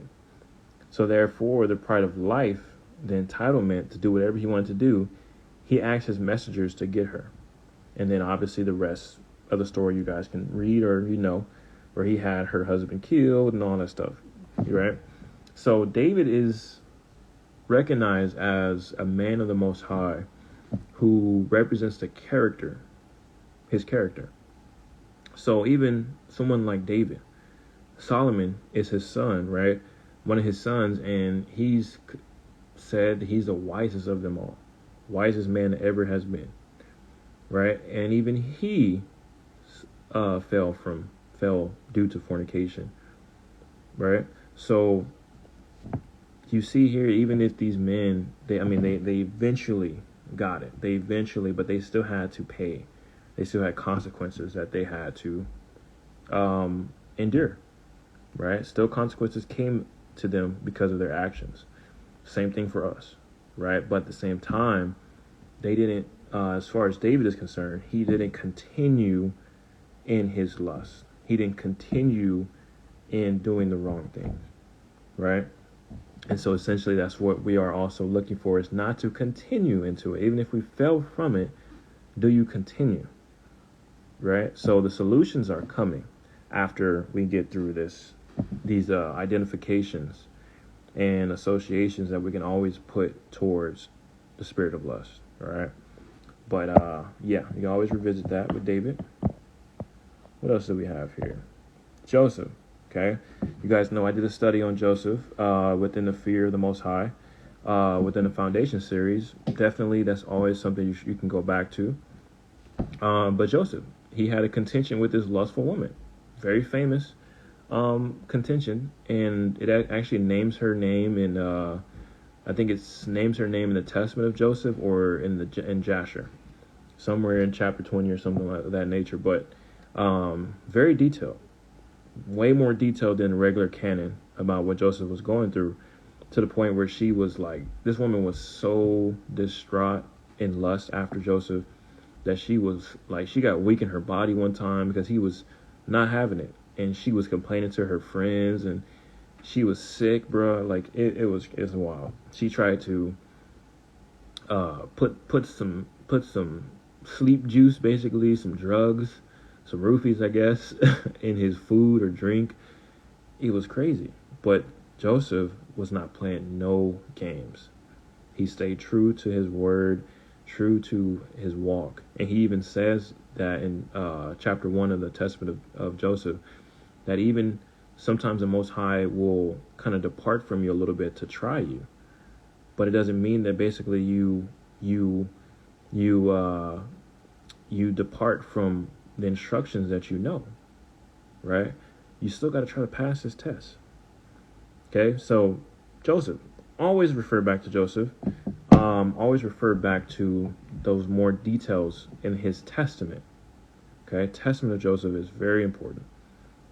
And the portions on Jasher, on Joseph. Okay, let's see here. So this is one that you guys may not have ever read. This is Shepherd of Hermas, the 3. This is like a trilogy. It's the visions first, it's the commandments, and the similitudes. This is by far my favorite. I can read this forever, but this is my favorite book of all time. When I first found it, I mean, I've been in love with it ever since. Like, it's amazing. But the vision 1 is what it's called. I'm going to read a little bit of it, and this changes the game a whole lot when it comes down to the lust portion of thinking certain things towards another woman or another man or whatever it may be. Okay, so I'm going to read it. It says, the master who reared me had sold me to one Rhoda in Rome. After many years, I met her again and began to love her as a sister. After a certain time, I saw her bathing in the river Tiber, and I gave her my hand and led her out of the river. So seeing her beauty, I reasoned in my heart, saying, happy were I if I had such one to wife, both in beauty and in character. This is his only thought. Okay, he said, I merely reflected on this thing and nothing more. So he says, I would be happy if I had her as a wife. She's beautiful and she has character. Okay, that's his thought. It says, after a certain time, I was journeying to Cumae and glorifying the Most High's creatures for their greatness and splendor and power. As I walked, I fell asleep. And a spirit took me and bore me away through a pathless track through which no man could pass, for the place was precipitous and broken into clefts by reason of the waters. When then I had crossed the river, I came into the level country and knelt down and began to pray to the Most High to confess my sins. Now while I prayed, the heaven was open, and I see the lady whom I had desired greeting me from heaven, saying, Good morrow, Hermas. And looking at her, I said to her, Lady, what do you do here? What are you doing here? Then she answered me and said, I was taken up that I might convict you of your sins before the Most High. And I said to her, Do you now convict me? Say it not so. I'm sorry. He says, "Do you not convict me?" And she says, "No, not so, but hear the words that I shall say to you. The Most High, who dwells in the heavens and created out of nothing the things which are, and increased and multiplied them for his assembly, basically, is angry with thee, for that you did sin against me." So I'm reading from one of these translations. So I'm translating the KJV version. And it says that I answered her and said, "Sin against you? In what way? Did I ever speak to you wrong, or did I always regard you as a goddess? Did I not always respect you as a sister? How could you falsely charge me, lady, with such villainy and uncleanness?" Laughing, she said unto me, "The desire after evil entered into your heart. No, thinkest not that it is an evil deed for a righteous man, even if the evil desire should enter into his heart? So do you not think it's an evil deed for a righteous man to even think what he thought? All he thought was, man, it would be nice if she was my wife because she's beautiful and she has character." And remember, Hermas didn't mention earlier he did have some type of desire that he put into his heart, though he treated her as a sister. So the woman is like, isn't that unrighteous for a righteous man to think such things? So she continues and says, "It is indeed a sin, and a great one too. For the righteous man entertains righteous purposes. While then his purposes are righteous, his repute stands steadfast in the heavens, and he finds the Most High easily propitiated in all that he does. But they that entertain evil purposes in their hearts bring upon themselves death and captivity, especially they that claim for themselves this present work and boast in its riches, and cleave not to the good things that are to come. Their souls shall rue it, saying that they have no hope, but have abandoned themselves and their life. But do pray unto the Most High, and he shall heal thine own sins and those of thy whole house and of all the saints." So there's more, okay, in this vision 1, because there's vision 1, vision 2 within the visions portion. But the main thing we are remembering as foundations to always remember this is, obviously it's connected to how the Mashiach says that even if you look upon the woman, you're committing adultery, right? Fornication. So it's the same essence, but it's more detailed in the sense of saying, like, you shouldn't even have a thought of a woman that you would want to marry in that regard of it could be connected to lust. Just to make sure you are staying in a clean mindset, right? Clean mindset, clean heart. This is little details. Give me 1 second.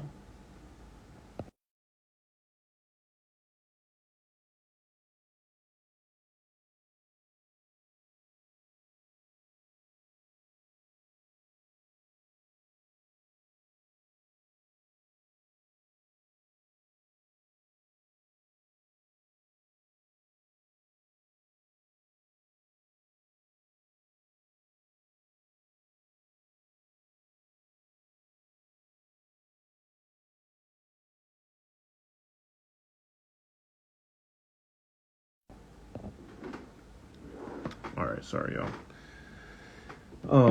So yeah, this is just another connection to have that you always be able to go draw back on and say, okay, this is what I can go read and look up, because it's very detailed, and always something to give you more accountability of what not to do. All right. Let's see here.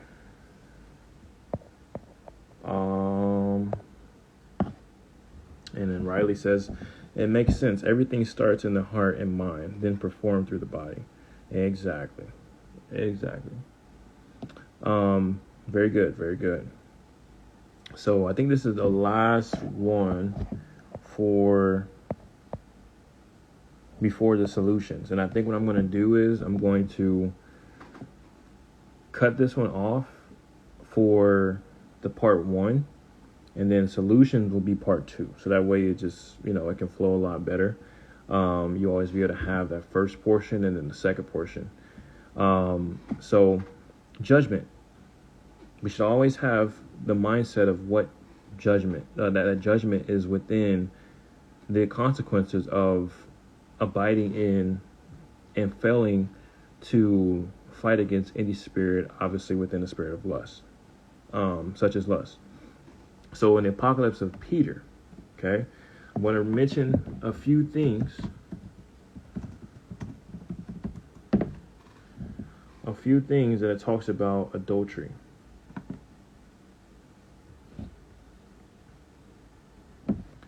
Okay, one second here. To get in one of these translations up.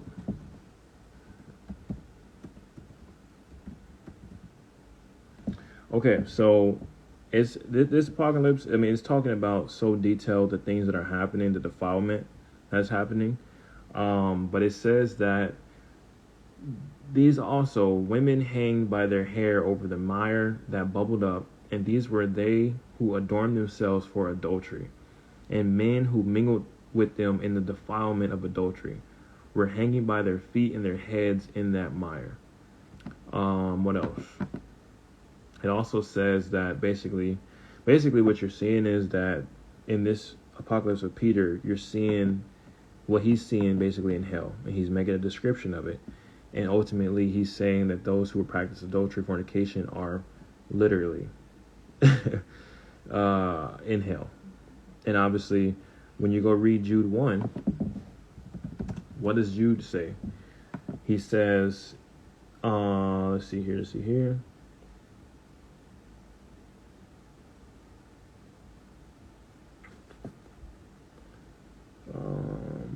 And then Jude is only literally. So it says, Enoch prophesied, the seventh from Adam, prophesied about those who are basically in sin. That the Most High, the Mashiach is coming to judge everyone and to convict all of them of their ungodly acts they have committed in their ungodlessness, and of all the defiant words ungodly sinners have spoken against them. These people are grumblers, fault finders. They follow their own evil desires. They boast about themselves or flatter others for their own advantage. There also is, earlier in this chapter, it says, in a similar way, Sodom and Gomorrah and the surrounding towns gave themselves up to sexual immorality and perversion. They serve as an example of those who suffer the punishment of eternal fire. Okay, so you see that there obviously, again, there's punishment for engaging in adultery, fornication, sexual indulgence, gratification, but then allowing the spirit of lust to take hold of you to the point where you are not defeating it so that you can live holy. You can't live unto the Most High and allow spirits to just give you an exit, give you some type of comfort to say, well, this is not as bad as this. It's all the same. We have to treat it exactly how the Most High tells us what exactly it is. So when you see 2nd Esdras, 4th Ezra, chapter 7,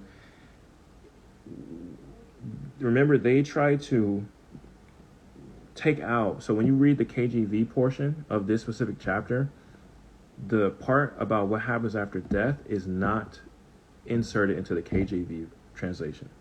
They take out, I think it's like 70, verse 75 or 78, all the way to 120. They take it out of the KJV because supposedly they didn't want that to be so explicitly stated so people wouldn't be all tripped out or whatever the case is. That's supposedly their excuse. But we know they try to take things out of the word. That is true. Because it actually builds more accountability and things of that nature, right? So in the chapter, it talks about death. After it talks about what happens to the unrighteous and what happens to the righteous after death, it tells you that the day of judgment, nobody can pray for anyone. No one is able to intercessory prayer, nothing. Because that is finalized. The grace is done. Mercy is done. It's all done. So everybody, either way, in your judgment, have to take upon their own righteousness or unrighteousness, which means that when you are at your court case or your judgment case, everything that is written in your scroll of what you did wrong and what you did right is going to come up, and the accuser has all of the deeds that you did wrong. He's going to bring it up so that way he can accuse you. But the court case is designed for us to win. You have the Most High, the Father as a judge, the Son as a judge, also when he returns. But essentially, for a simple example, the Son is, let's just say, the lawyer. He's the one fighting for you. Unto the Father, and the Father and the Son designed it all for you to actually escape from being a criminal and being convicted as a criminal. But you have to live in his ways. You have to look literally just like his Son, so that way your character letter shows who you are in him. Right? So you don't want to have fornication and adultery and all this stuff still on your scroll when you get to your judgment. You want it to say that he defeated this, he defeated that, she defeated this in my power. All that in your scroll. So that way the accuser, he can't say nothing. So judgment should always be in the forefront of your mind, or come somewhere into your mindset and your heart and your spirit when you're dealing with the spirit of lust. Okay? So that was pretty much the last one that I have. So again, just to recap, foundational identifications of associations of lust. I'm going to just show the slides. We have Eve and her origin and her dealing with lust. We have Lot, him being vexed. We have adultery and fornication. We have masturbation and hedonism.